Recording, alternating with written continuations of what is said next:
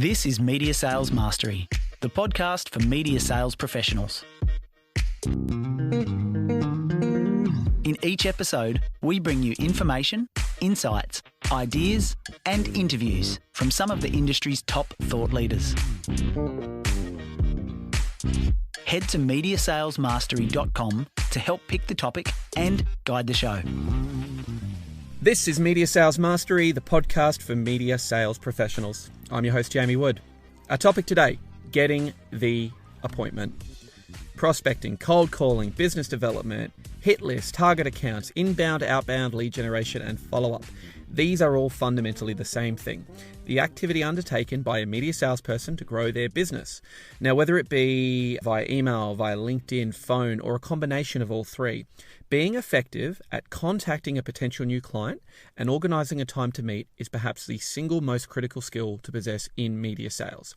There was a study that I love to reference. It was released in 2015. It estimated that there were over 7,200 different media options in the Australian market alone.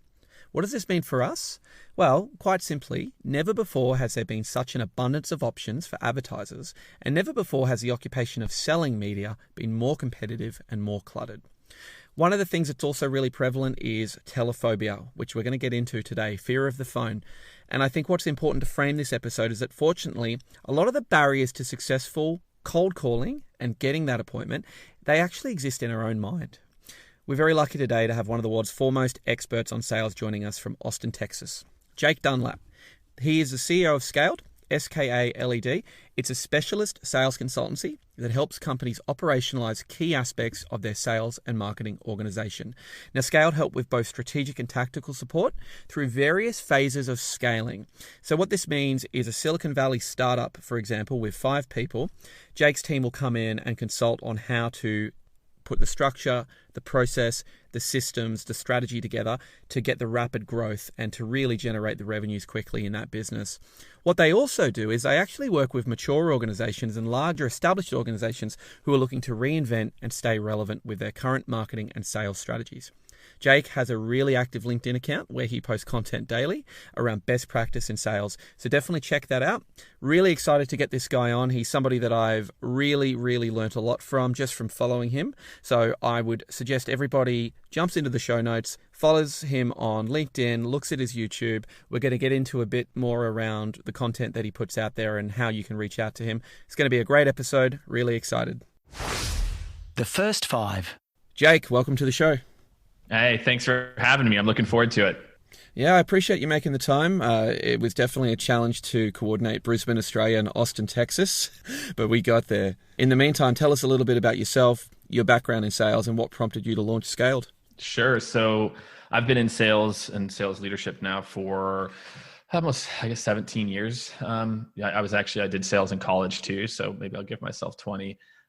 Look, I grew up I started in sports sales. So I worked in Major League Baseball and hockey, and then got into tech in the early, mid 2000s. And so had a good run at a company called Career Builder, took over as a vice president of sales at Glassdoor, was their first VP, scaled from 0 to $1 million in monthly reoccurring revenue in about a year. And that was kind of my first taste of rapid growth world. Then went to a different startup in New York, moved from San Francisco to New York. And, after doing it a couple of times, was there for about a year, what I just realized, one, I was a really bad employee. Okay. Politics for me at age 30, 31, 32 was not my forte. What I was good at was building sales teams.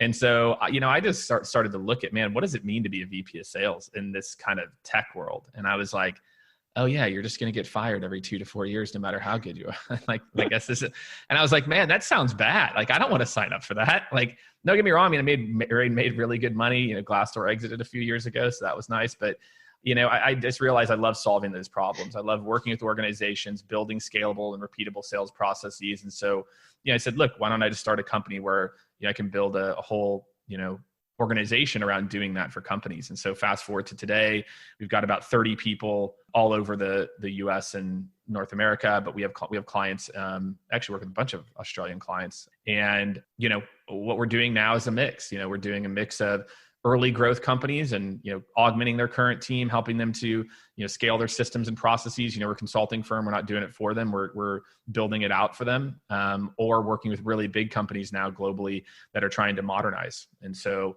that's a very abridged version of the journey.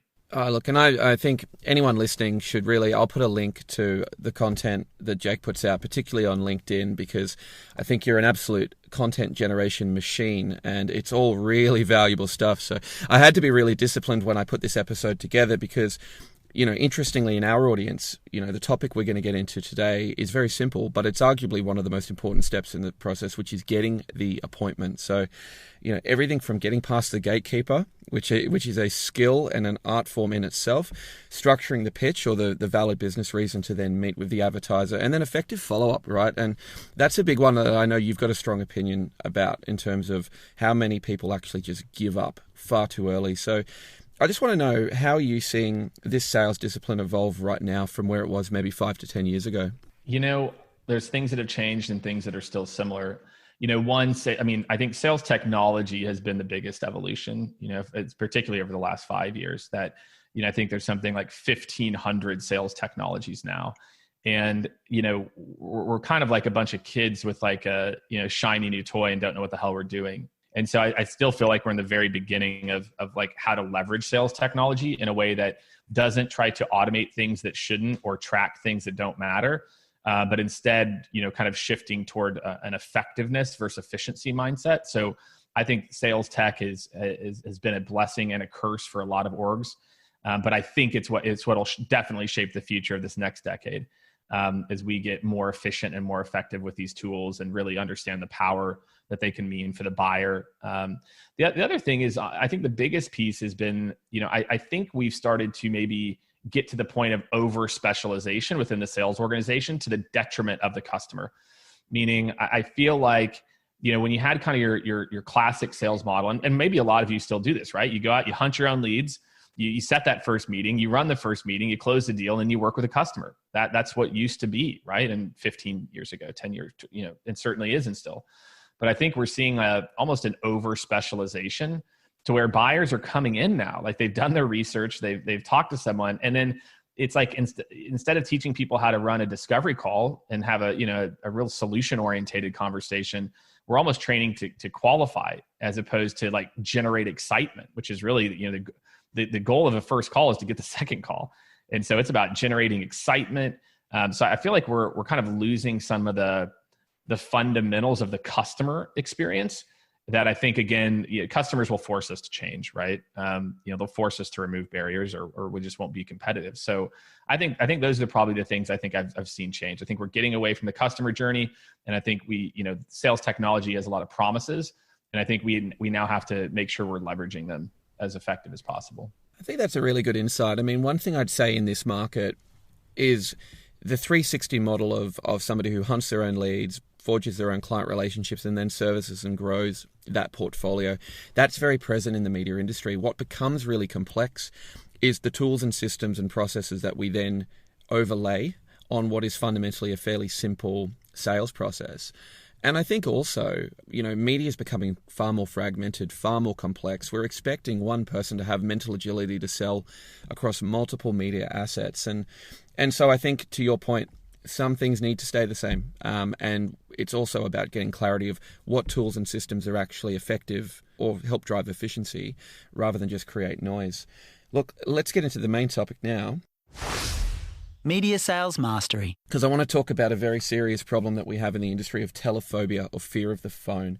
It's a real thing, right? I mean, some of the best media salespeople I've worked with in my 10 years seem to have a level of resistance when it comes to just a cold outreach. Why do you think this is, and what are some tips for minimizing or overcoming this if you're starting out in media sales?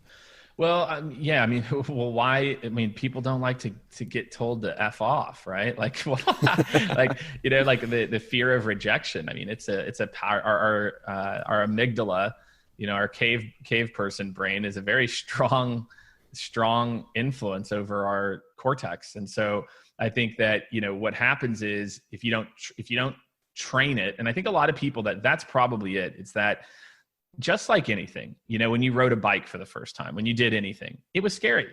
And as you did it and did it and did it and did it and did it, you realize like the worst outcome was a scraped knee.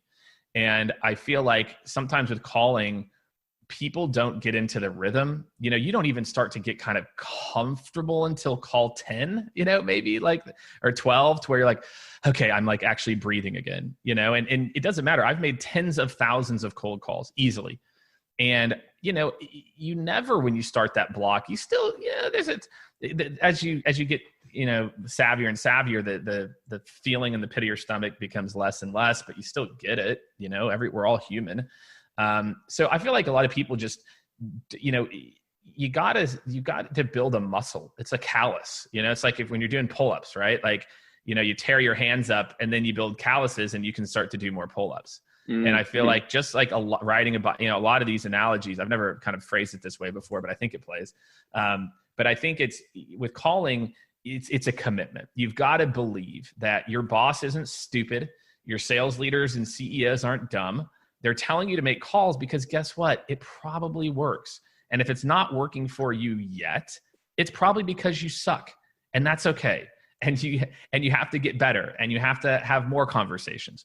So I feel like you've got to really, to be successful, you got to commit, and if you can't commit, you're not going to be successful, because when you scrape your knee or you rip a callus, you're not going to have the dedication to power through it. And so, that for me, I think there's a big mindset element to being successful at calls that I think a lot of people struggle with the mental fortitude and to put in the amount of reps it takes to get really good. And so they look for all the reasons why it's not working. Yeah, that's a great analogy, because I think there's also two elements here, which leads me to my next question, which is like the first step in a cold outreach is often getting past the gatekeeper. And this could be anything from a receptionist with really limited knowledge of the org chart, or a really skilled EA who's forged a career in being able to block these calls and keep the C-suite at bay from people. What are the missteps that salespeople make here, and how are they best avoided when making those calls? Yeah. Look, so I started off in telemarketing, right? And so, in university, as you call it.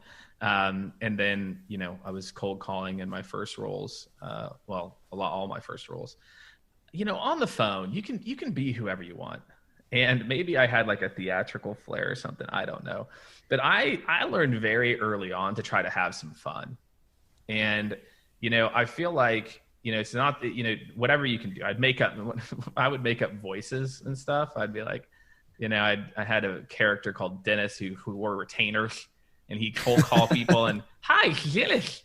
And like, I would do this stuff to just have fun, So I feel like, you've got to go in with the right mindset.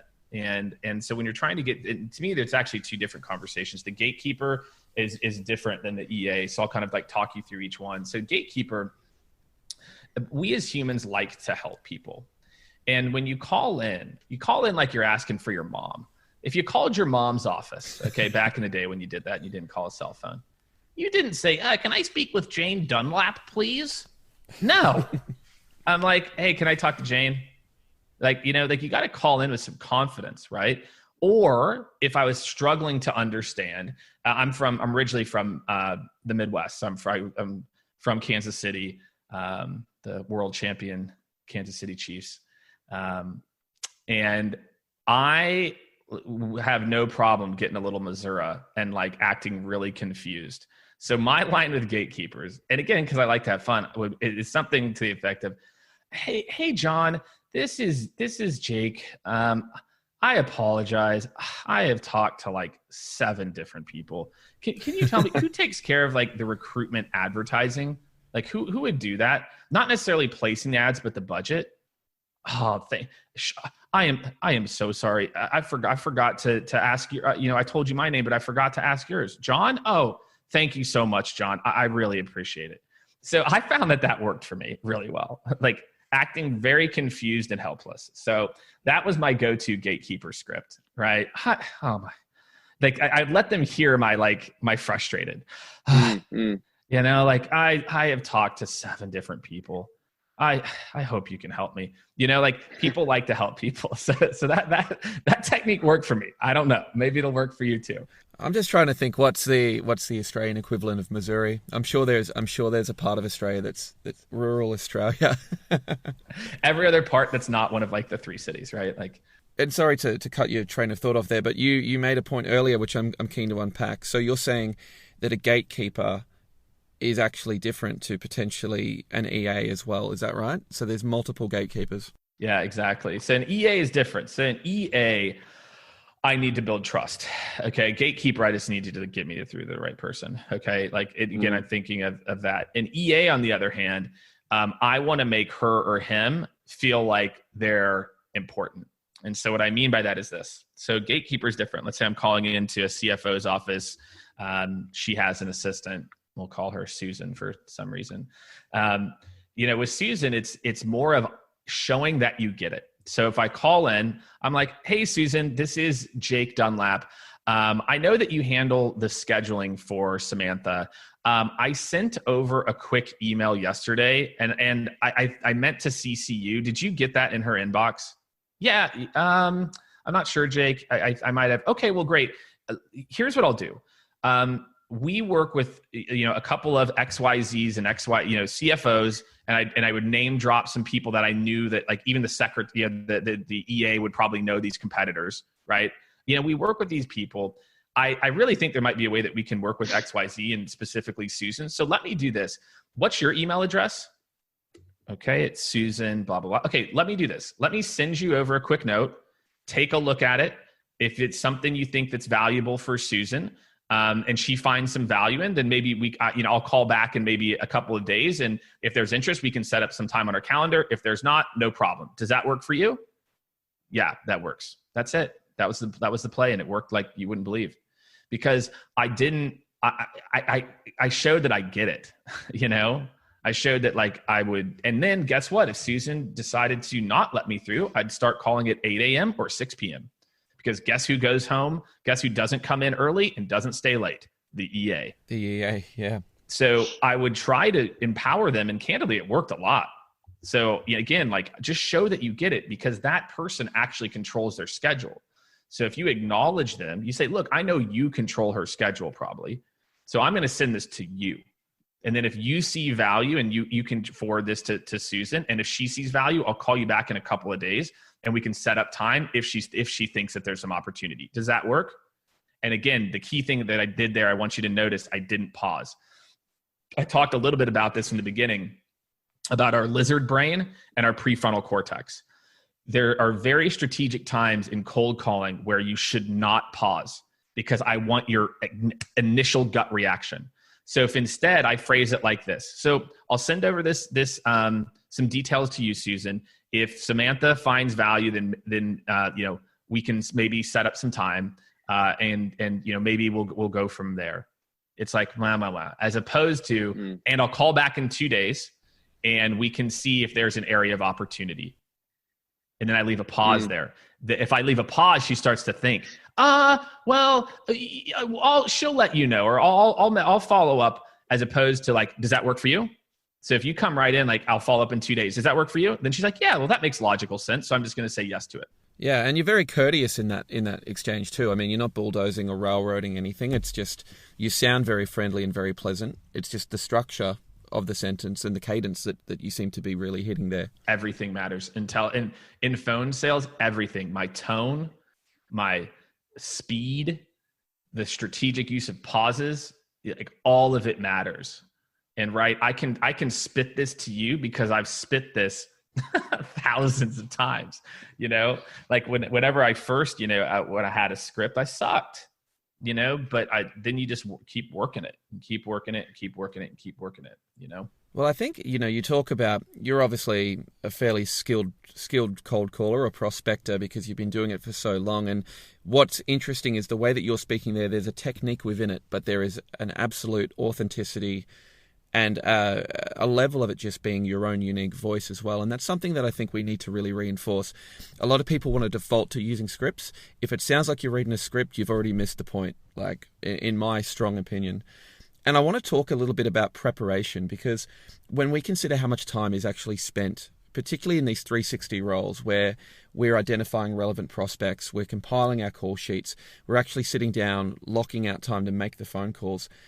I'm amazed at how many media salespeople will actually give up after 1 to 2 unsuccessful attempts to connect properly or to secure a meeting with an advertiser.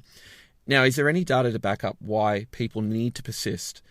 Or, is it generally a case of if you're getting 2 or 3 no's from a prospect, probably better to divert your focus and attention somewhere else? Well, there's a few different, ways I can answer this. So there's a difference between 2 or 3 no's and 2 or 3 tries, right? Like the thing you have to assume, people are busy.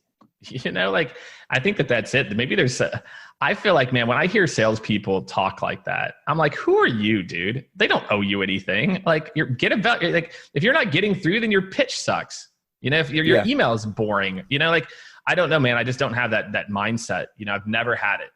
And I think it's served me really well in sales. I never blamed them. I'm like, dude, my value prop probably sucked, And so for me, and there's a ton of data around this. Literally Google it. HubSpot puts out a lot of really good content around this. Like, on average, it takes between 7 to 10 attempts to get someone on the phone. And if an executive, it's more like 11 or 12.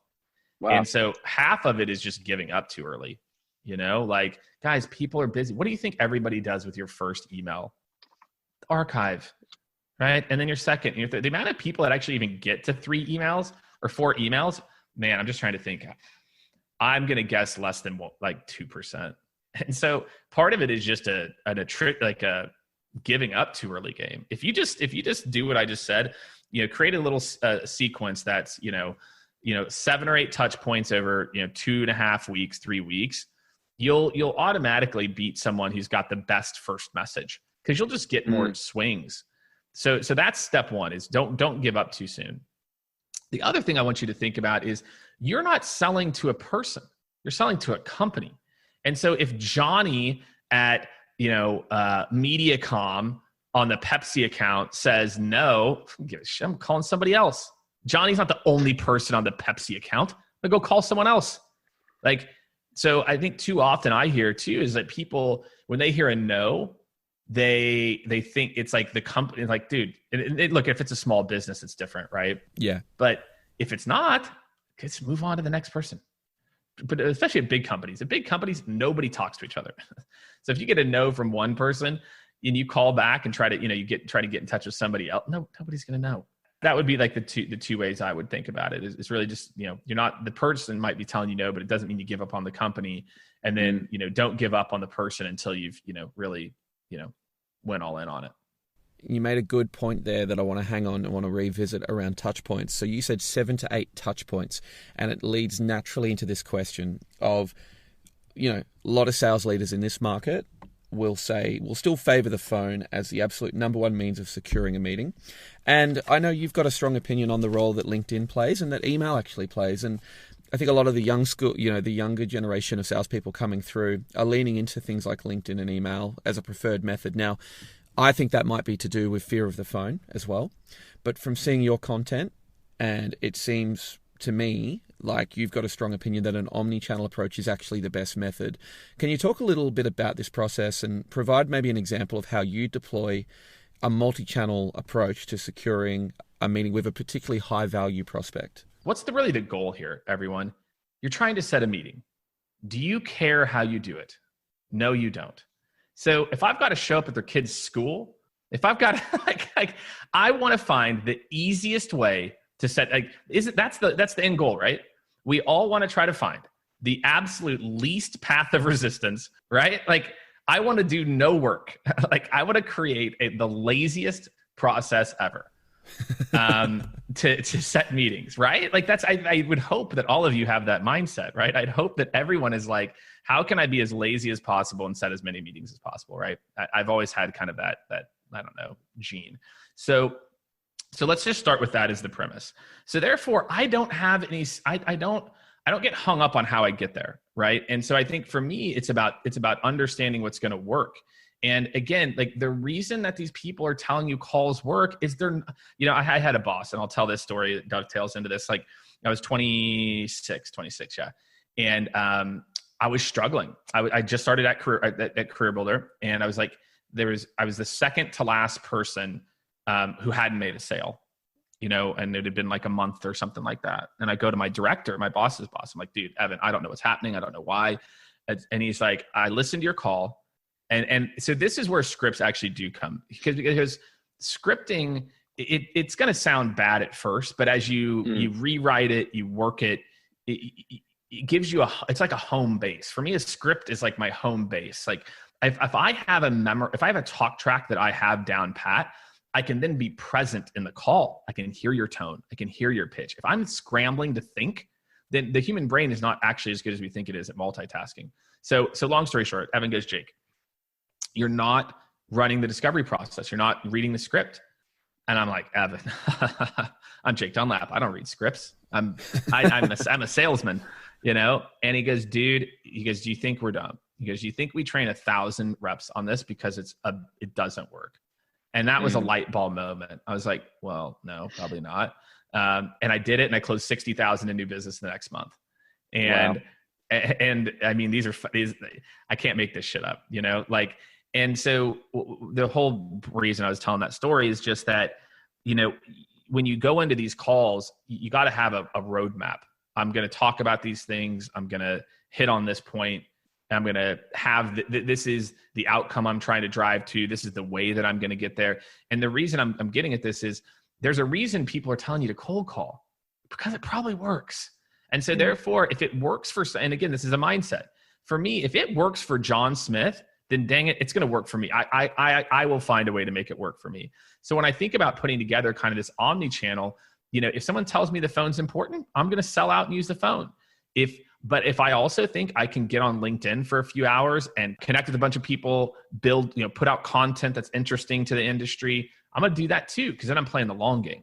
Now I'm building networks. So then by the time I call them or email, and some of the plays our team's running, like I'll give you a good one.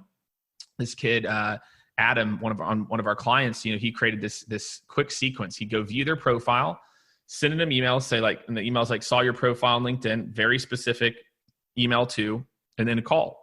It's just that. It's like 3 steps. Guy set 6 meetings in the first 2 days. So it's like, wow. So he used a combo.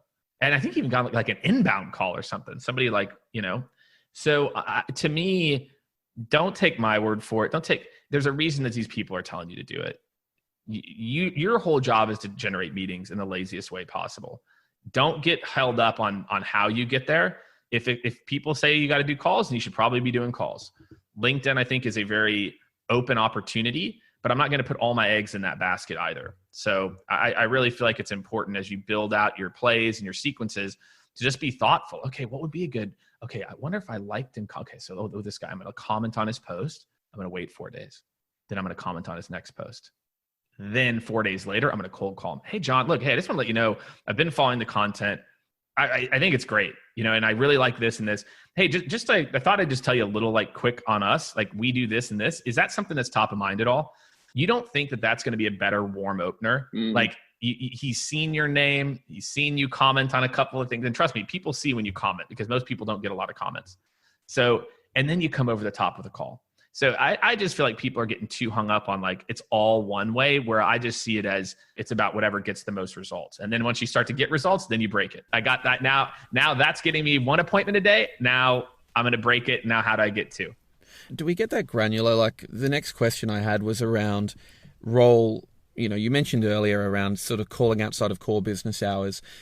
Talking about this omni-channel approach, what role does time of day actually play? Is there an optimum time to be sending emails, to be hitting them up on LinkedIn versus phone calls? That's a really good point. I think Sunday nights can be really good for messages, emails. People are kind of getting back into that work mode a little bit. So you can be kind of the first email on the top of the inbox on Monday, or if they're one of those people who works a little bit Sunday nights, they're kind of in that, less of that mindset. Cold calling, I'll tell you what I used to do, right? The very first thing I did is I did a cold call block, and I used a tick sheet. I'm one of those people, I don't know, it helped me to get through it. And I said, look, I'm not getting up from my desk until I make 20 calls. So I'd get in early. I'd get in at 8:00. And then guess what? I got ahead for the day. And then I had another call block at 2, and then, I'd usually do a couple more in between. So I feel like scheduling the time is more important than having the perfect time. what's your energy like in the morning? What are your prospects doing in the morning? What are their prospects doing midday? Like what's their energy like? When's your energy the highest?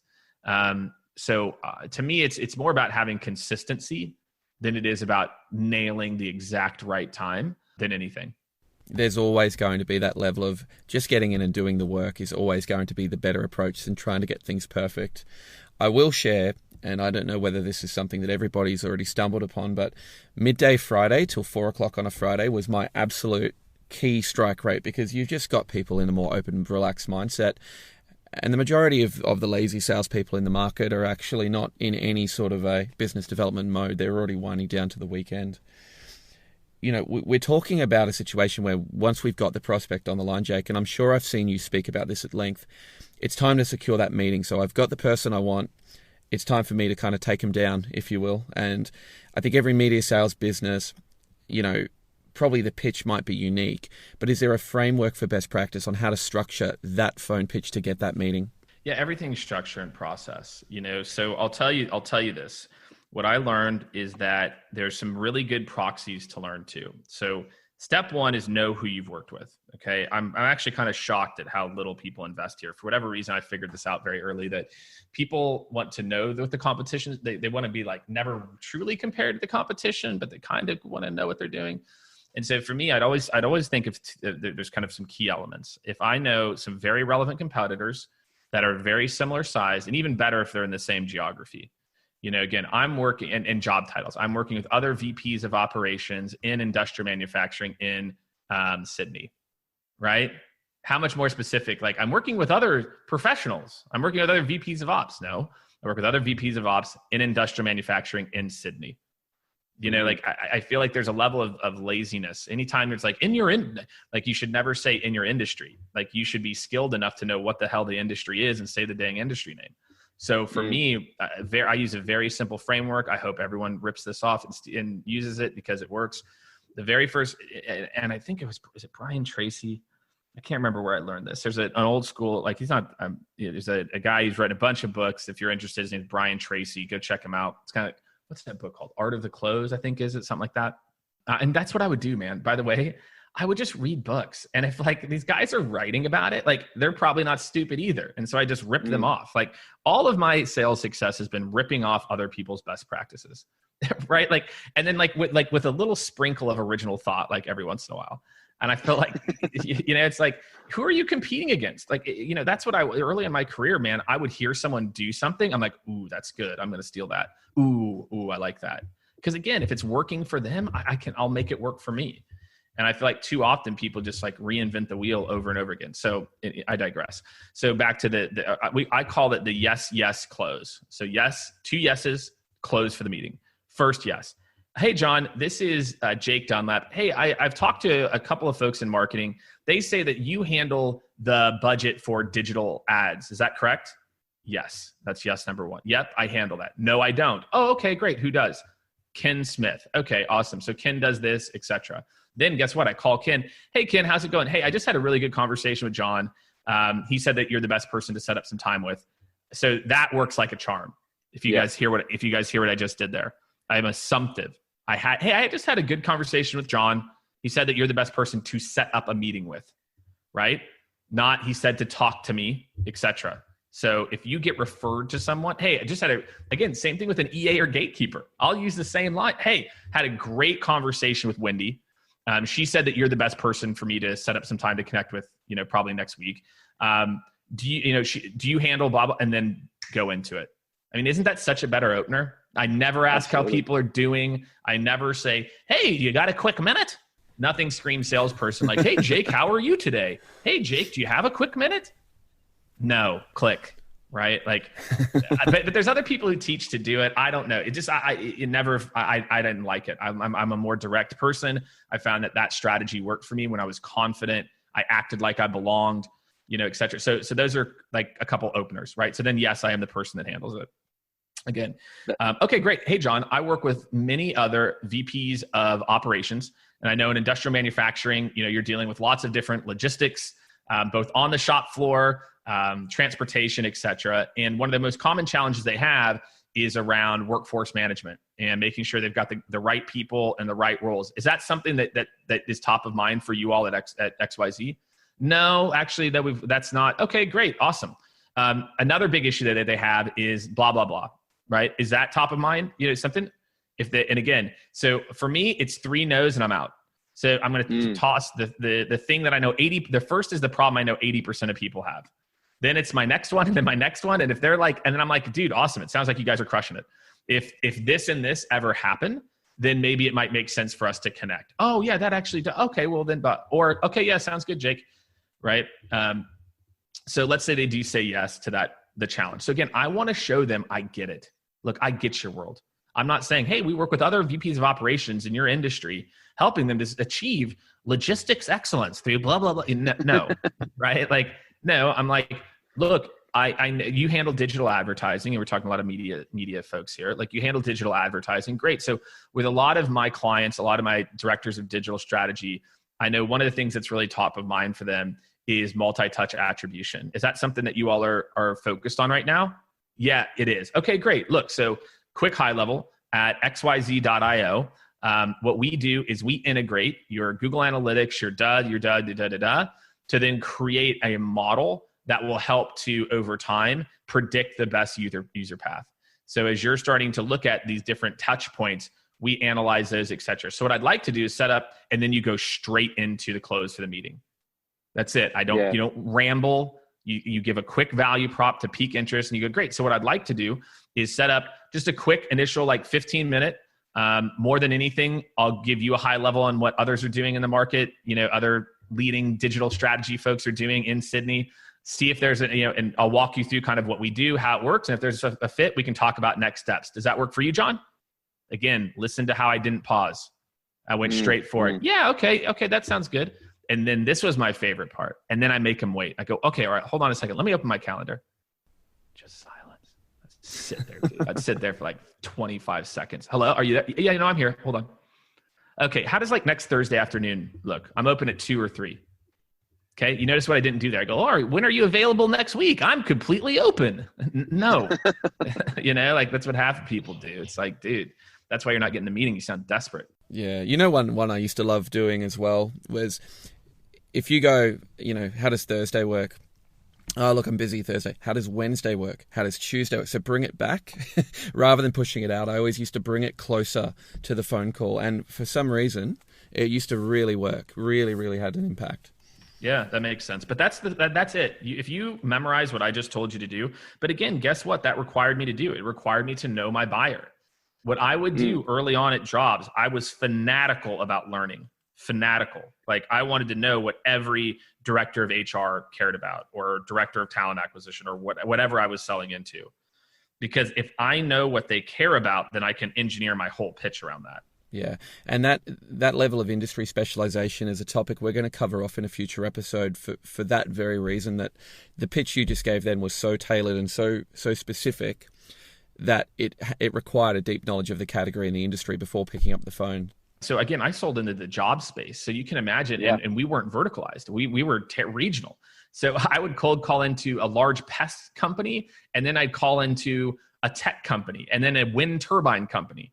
And so I didn't have to learn one industry. And I'll tell you how I got versed in the industries. I wasn't afraid to ask stupid questions, right? So when I did get the discovery call, I'd say, hey, what does a CNC machinist really do? I don't know.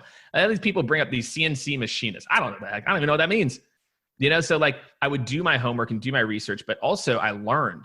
And then I would incorporate that. So then I get another call with a manufacturing. Oh yeah, so you're probably looking for CNC folks? Yeah, exactly, Jake. Yeah, I know, right? Oh God, they're so hard to find, huh? I also was a student of the game, right? And I think that's an important part of this. I enjoy learning and always have. And so for me, I was always thinking about, learning, right? More and more and more. So that's another piece of advice that I give you. You got to care about solving problems for people. And so I became an expert at what talent acquisition people is top of mind for most of them. And it turns out there's only 4 or 5 problems that you're solving for at most. And then over time, really dug into the industries. I love that. Leaders are readers, man. Leaders are readers. Hey, I think one of the final questions I wanted to hang on this main topic And I want to call this out, culturally, the Australian market, very different, right? The way that we sort of roll down here. Pushy salespeople are universally despised. And I think there's a massive issue that a lot of people have in actually being successful in sales because they're so afraid of even the potential of coming across as pushy. What we've spoken about today here have been amazing techniques. And I want to make sure that no one in the audience perceives these as being aggressive or pushy, because the filter that you're applying there is you're personalized, you're using proven game plans. Can you just talk a little bit more to round this out around how does a media salesperson ensure they can still execute these sales tactics in a way that still feels authentic to them and feels frictionless in the actual process of engaging with these clients? Man, it goes back to what I said. What do you care about? Do you care about getting the meeting, or do you care about your ego?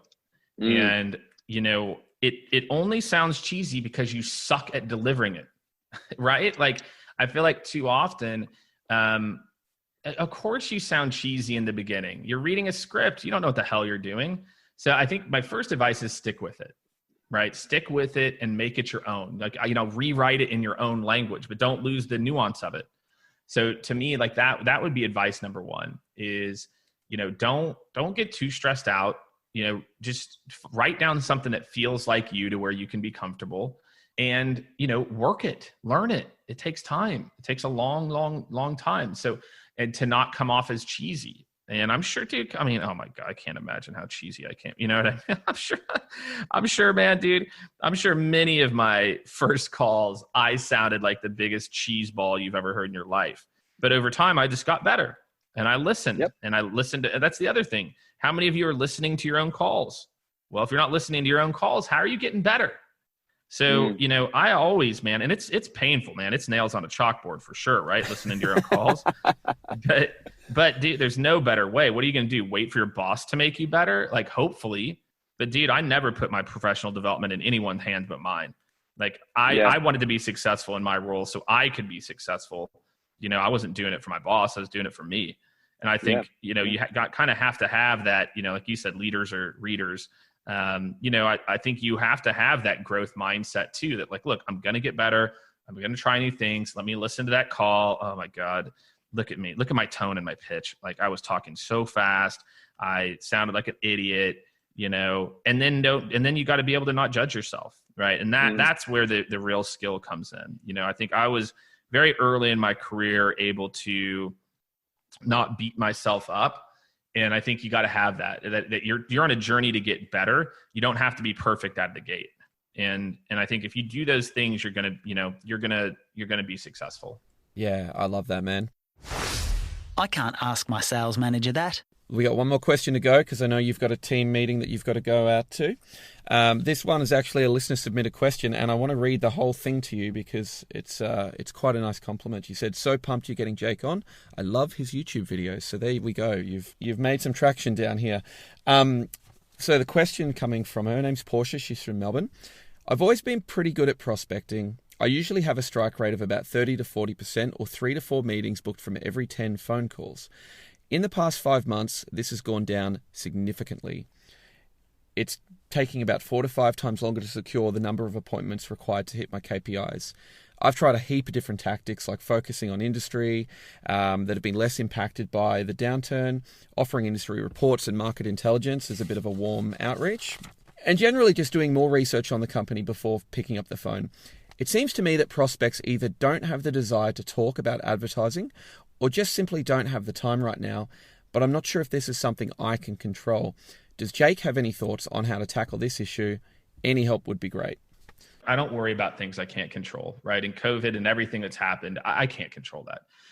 If I were Portia and I was doing this, let's go back and talk a little about LinkedIn. I really feel like, email as a channel is just clogged, right? Cold calls to me, I feel like that's why I feel like calls are so good right now. I mean, like you said, people are so nervous to pick up the phone that, that I feel like the calls are great. There's a guy I heard, what he started doing was FaceTiming people's cell phones. Oh, no. Just straight. And he had a VP answer. The guy goes, look, man, I'm going to take this meeting because I got to applaud you. Like this is, so I think I would be trying, there's a couple of things. So one is LinkedIn. And I just want to talk a little bit about it because I do think a lot of your buyers are on LinkedIn, and LinkedIn's got a good following in Australia and in key markets and for a lot of roles. That if I was Portia, I would start to be producing 1 or 2 posts that are specific to something that I think my buyers would consume, digital strategy or, digital media or whatever it is that you sell.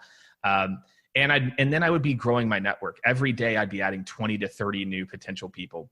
And what I mean by that is like, I would start to build a name for myself digitally. And everyone needs to do this. Like if you'd have another takeaway from this outside of the calls is you need to build a name for yourself online. Like you already have a reputation. And I think LinkedIn's a good platform for that.